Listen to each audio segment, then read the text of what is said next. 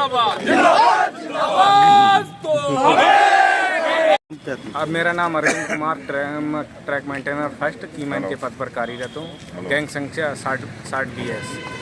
मैं अपना कीमैनी का कार्य करने के बाद में एक्सेल ऑयल वगैरह लेने के लिए अपने मेट के द्वारा मतलब आज्ञा से मैं अपने ऑफिस में जा रहा था, बदायूं ऑफिस में। तो करतौली हाल्ट से मैं चढ़ा था करतौली हाल्ट से। तो हमारे लिए मकरंदपुर के आसपास जो है मकरंदपुर घटपुरी नहीं, मल्लन नगर, हाँ मल्लन नगर जो है हमारे लिए टीटी महोदय जी मिल गए। हमने उन्हें देख के नमस्ते किया। नमस्ते के बाद में वो हम फुल ड्रेस में थे, पहचान तो पहले ही गए थे। फिर बोले कि ठीक है, बोले कहाँ के स्टाफ हो? तो स्टाफ बोले, हमने कहा कि सर स्टाफ हम गैंग संख्या 60 BS जो करतौली और मकरंदपुर के बीच में जो पड़ती है। तो बोले कि ठीक है, अच्छा ये बताओ कि बोट वगैरह कहाँ पड़े हैं अपने, मतलब इज्जत नगर में पड़े हैं या फिर बदायूं में पड़े हैं? तो हमने कहा कि सर हमारे तो बदायूं में पड़े हैं। तो मतलब व्यक्तिगत रूप से पूछ रहे थे। तो फिर उन्होंने फिर ये भी पूछा हमसे मतलब कि आपने वोट कहाँ दिए हैं? तो हमने कह दिया कि सर हम उसको कुर्सी को वोट दिए हैं। तो फिर बोले अच्छा, तो ये बोले मतलब दिमाग से अपने ही सोच के बोले कि अच्छा ये बताओ मेमो वगैरह कुछ लेके चलते हो या ऐसे ही लेके चढ़ जाते हो यूनिफॉर्म पहन के? क्या पिताजी की गाड़ी समझ रखी है, फ्री में सेवा कर रहे हो? तो हमने सर कैसी बातें कर रहे हो, जो हमारा तो अक्सर आना जाना होता है, हम रेल के कार्य से अक्सर चलते रहते हैं। तो इसमें हम मेमो हमको कहाँ इतनी जल्दी मिल पाता है जो हमारे लिए दे पाएंगे? तो हमने कहा, वो बोले कि अच्छा, तो बोले आई कार्ड वगैरह दिखाओ।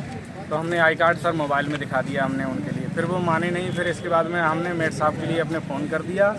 तो मेट साहब से उन्होंने बात करा, मैंने अपने मेट साहब से बात करवाई। तो मेट साहब से उन्होंने बात की, फिर भी नहीं माने। तो हमारे मेट साहब ने ये कह दिया कि अपने इंचार्ज साहब के लिए फ़ोन लगा करके उन्हें दे दीजिए। तो हम इंचार्ज साहब के लिए फ़ोन लगा करके उनके लिए मतलब देने के लिए थे। तो वैसे ही उन्होंने पहले ही अपने मोबाइल से उन्होंने डायल कर लिया हमारे साथ पिटलाई साहब। उन्हीं से बात की और फिर भी बोले नहीं माने। मतलब उन्होंने उनसे शिकायत की, बोले देख लो सिस्टम में चलाओ इनको। बहुत अपने मतलब कान पे बात कर रहे थे। इसके बाद में उन्होंने फ़ोन काटने के बाद में बोले कि चलो तुम ये खेल समझ रहे हो, ऐसे चल देते हो, गाड़ी लगातार चल रही है। और बोले कि चलो तुम्हें RPF में रगड़ेंगे और तुम्हारे लिए सब ध्यान दिला देंगे कि कैसे करके मतलब यात्रा की जाती है। फिर मैंने कहा सर प्लीज़ मान जाओ। जैसे ही मैं उनके लिए जैकेट पे हाथ लगाया, ऐसे मैंने सर प्लीज़ मान जाओ। तो उन्होंने ऐसे ही मेरे लिए धक्का दिया ऐसे के गेट पे। मैं गेट पे सर यात्रियों की वजह से बच गया, वहाँ जो पैसेंजर खड़े थे ना, मैं नीचे आ जाता सर। वो मतलब फिर बोले तो मतलब जो है फिर वहाँ चलते गए। इसके बाद में भी वो RPF में ले जाने के लिए कहते रहे। तो फिर इसके बाद में वो बाहर निकल गए 1 नंबर प्लेटफार्म की तरफ।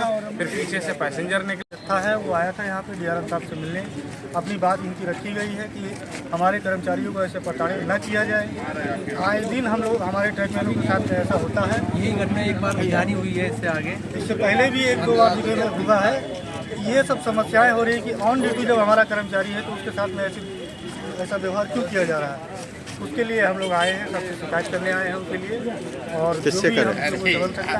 किससे करें? मदद करें। किससे करे? DRM सर से मुलाकात। DRM सर मैडम थी नहीं अभी, वो कहीं गई हुई, तो अभी उनसे बात